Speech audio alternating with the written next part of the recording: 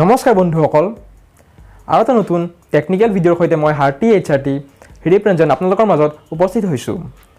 আজি মই আপোনালোকক ক'ম ইউটিউবৰ এটা নতুন আপডেট কোপ্পাৰ বিষয়ে। কোপ্পা হৈছে COPPA অৰ্থাৎ children's online privacy protection act. যদি আপুনি এজন ইউটিউব ক্ৰিয়েটৰ হয় তেতিয়াহ'লে এই আপডেটটো আপোনাৰ বাবে খুবেই জৰুৰী। যদি আপোনাৰ ইউটিউবত এটা চেনেল আছে আৰু আপুনি এই আপডেটৰ ষ্টেপছকেইটা ফ'ল' কৰা নাই তেতিয়াহ'লে আপোনাৰ চেনেলটো অতি শীঘ্ৰে ডিলেট বা ছাছপেণ্ড হৈ যাব পাৰে। যদি আপোনাৰ চেনেলটো সম্পূৰ্ণভাৱে শিশুৰ ওপৰত বেছড অৰ্থাৎ শিশুৰ ওপৰত ডেডিকেটেড তেতিয়াহ'লে আপুনি এই ছেটিংটো চেনেল লেভেলত গৈ কৰিব লাগিব। একেদৰে আপোনাৰ চেনেলটো যদি শিশুৰ ওপৰত বেছড নহয় অৰ্থাৎ শিশুৰ ওপৰত ডেডিকেটেড নহয় সেইটো আপুনি আপোনাৰ চেনেল লেভেলত গৈয়ে কৰিব লাগিব। বন্ধুসকল, আপোনাৰ চেনেলত বহুত ভিডিঅ' থাকিব পাৰে, তাৰে কিছুমান শিশুৰ ওপৰত বেছড আৰু কিছুমান শিশুৰ ওপৰত বেছড নহ'বও পাৰে। আপুনি তেতিয়াহ'লে এই চেনেলটোৰ বাবে আপুনি প্ৰত্যেকটো ভিডিঅ'ত গৈ এই ছেটিংটো চেঞ্জ কৰিব লাগিব। বন্ধুসকল, এতিয়া আপোনালোকে মোক সুধিব পাৰে যে ভিডিঅ' এটা আমি শিশুৰ বাবে হয় নে নহয় সেইটো আমি ইউটিউবক কোৱাৰ দৰকাৰ কি, আমাৰ ইয়াৰ পৰা লছ বা বেনিফিট কি।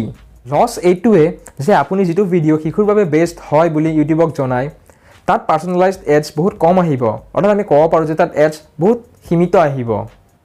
যদি আপোনালোকৰ গোটেই চেনেলটো শিশুৰ ওপৰত বেছড অৰ্থাৎ শিশুৰ ওপৰত ডেডিকেটেড কৰিয়ে বনোৱা হৈছে তেতিয়াহ'লে জানুৱাৰী 2020ৰ পৰা আপোনালোকে এইকেইটা চেঞ্জ আপোনালোকৰ চেনেলত দেখিবলৈ পাব।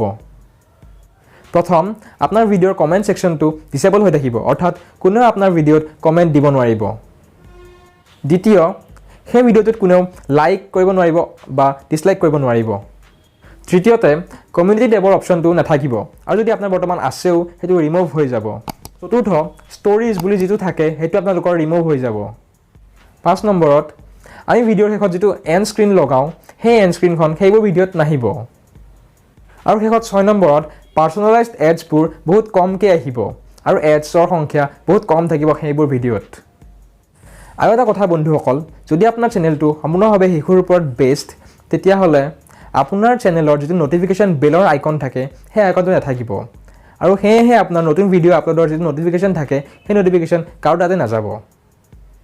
এতিয়া আপোনালোকে এইটো ক'ব পাৰে যে আপোনাৰ চেনেলটো শিশুৰ ওপৰত বেছড হয়, কিন্তু আপুনি ইউটিউবক এইটো কিয় জনাব যদি আপোনাৰ এইটো লছ হৈয়ে আছে, যে আপোনাৰ এডছ কম আহিব, আপোনাৰ ন'টিফিকেশ্যন বেল নাথাকিব, এইবিলাক যদি কমেণ্ট ডিচেবল হ'ব, এইবিলাক যদি হয় আপুনি ইউটিউবক এইটো কিয় জনাব যে আপোনালোকৰ সেইটো শিশুৰ ওপৰত বেছড হয়। বন্ধুসকল, যদি আপুনি ইউটিউবক সঁচা কথাটো নজনায় তেতিয়াহ'লে আপোনাৰ চেনেলটো ছাছপেণ্ড অথবা বেণ্ড হৈ যাব পাৰে। সেয়েহে ইউটিউবক আপোনালোকে সঁচা তথ্যটো দিব। যদি আপোনালোকৰ চেনেলৰ শিশুৰ ওপৰত বেছড হয় তেতিয়াহ'লে শিশুৰ ওপৰত হয় বুলি জনাব, আৰু যদি শিশুৰ ওপৰত বেছড নহয় তেতিয়াহ'লে নট ফৰ কিডছ বুলি জনাব। এইটো এটা বহুতেই বেয়া নিউজ সেইসকল ক্ৰিয়েটৰৰ বাবে যিসকলে অকল শিশুৰ বাবে কণ্টেণ্ট ক্ৰিয়েট কৰে। বন্ধুসকল, এতিয়া আহকচোন মই এণ্ড্ৰইড মোবাইল এটাত দেখুৱাওঁ কেনেকৈ আপোনালোকে এই ছেটিংছখিনি এপ্লাই কৰিব পাৰিব। প্ৰথমতে আপোনাৰ মোবাইলত থকা ক্ৰ'ম ব্ৰাউজাৰত গৈ তাত চাৰ্চ কৰিব youtube.com বুলি।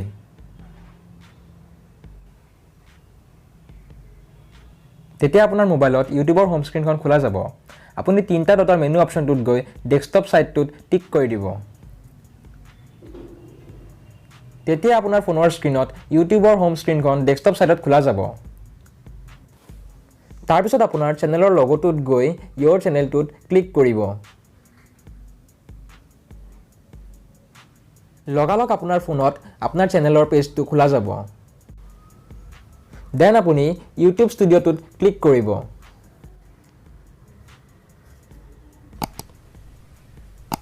এইখন স্ক্ৰীণত আপোনাৰ তলত ছেটিংছৰ অপশ্যন এটা থাকিব। এয়া ছেটিংছৰ অপশ্যনটোত মই ক্লিক কৰিম। তেতিয়া আপোনাৰ ফোনৰ স্ক্ৰীণত ছেটিংছৰ পেজটো এনেদৰে আহিব। তাত আপুনি চেনেল অপশ্যনটোত যাব। চেনেল অপশ্যনটোত গৈ এডভান্স ছেটিংছটোত ক্লিক কৰিব। তাতে আপুনি দেখিবলৈ পাব do you want to set your channel as made for kids বুলি অপশ্যন কেইটা। যদিহে আপোনাৰ চেনেলটো কিডছৰ বাবে বেছড হয় তেতিয়াহ'লে আপুনি yes set this channel as made for কিডছত ক্লিক কৰি ছেভত ক্লিক কৰি দিব।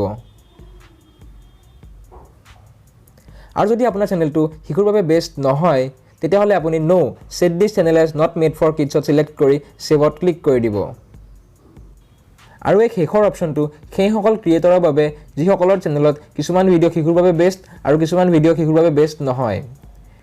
এইটো আপুনি ছিলেক্ট কৰি ল'ব I want to review this setting for every video', তাৰপিছত আপুনি ছেভত ক্লিক কৰি দিব।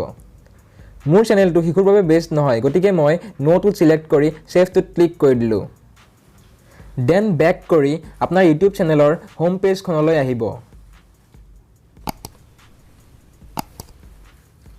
আৰু যদিহে আপুনি তৃতীয় অপশ্যনটো ছিলেক্ট কৰিছিলে তেতিয়াহ'লে আপুনি যিকোনো এটা ভিডিঅ'ত ক্লিক কৰিব আৰু তাৰপিছত তাত এডিট ভিডিঅ' বুলি অপশ্যন এটা পাব। সেই এডিট ভিডিঅ' অপশ্যনটোত আপুনি ক্লিক কৰি দিব। তেতিয়া আপোনাৰ সন্মুখত সেই ভিডিঅ'টোৰ ডিটেইলছখিনি আহি যাব আৰু এই ভিডিঅ'টো শিশুৰ বাবে বেষ্ট হয় নে নহয় সেইখন স্ক্ৰীণতে আপুনি ছিলেক্ট কৰি ল'ব পাৰিব। যদি আপোনাৰ ভিডিঅ'টো শিশুৰ বাবে বেষ্ট তেতিয়াহ'লে আপুনি য়েছটোত ছিলেক্ট কৰিব আৰু যদি নহয় তেতিয়াহ'লে নোটোত ছিলেক্ট কৰি ল'ব। আৰু তাৰপিছত ওপৰত থকা ব্লু কালাৰৰ ছেভ অপশ্যনটো ক্লিক কৰি দিব। দেন তাৰ পৰা বেক কৰি আকৌ আপোনাৰ ইউটিউব চেনেলৰ হোম পেজখনলৈ যাব। বন্ধুসকল, আশা কৰোঁ আপোনালোকে মোৰ এই টিউটৰিয়েলটো চাই এই কপ্পা আপডেটৰ ষ্টেপছখিনি ফ'ল' কৰিব নিশ্চয় পাৰিলে। তেনেহ'লে বন্ধুসকল, যদি আপোনালোকে মোৰ এই ভিডিঅ'টো চাই ভাল পাইছে তেতিয়াহ'লে লাইক এটা কৰি দিব আৰু মোৰ চেনেলটো ছাবস্ক্ৰাইব কৰাৰ লগতে বেল আইকনটো প্ৰেছ কৰি দিব। আৰু এটা নতুন ভিডিঅ'ৰ সৈতে পুনৰ লগ পাম। টিল দেন, কিপ ৱাচিং, কিপ শ্বেয়াৰিং।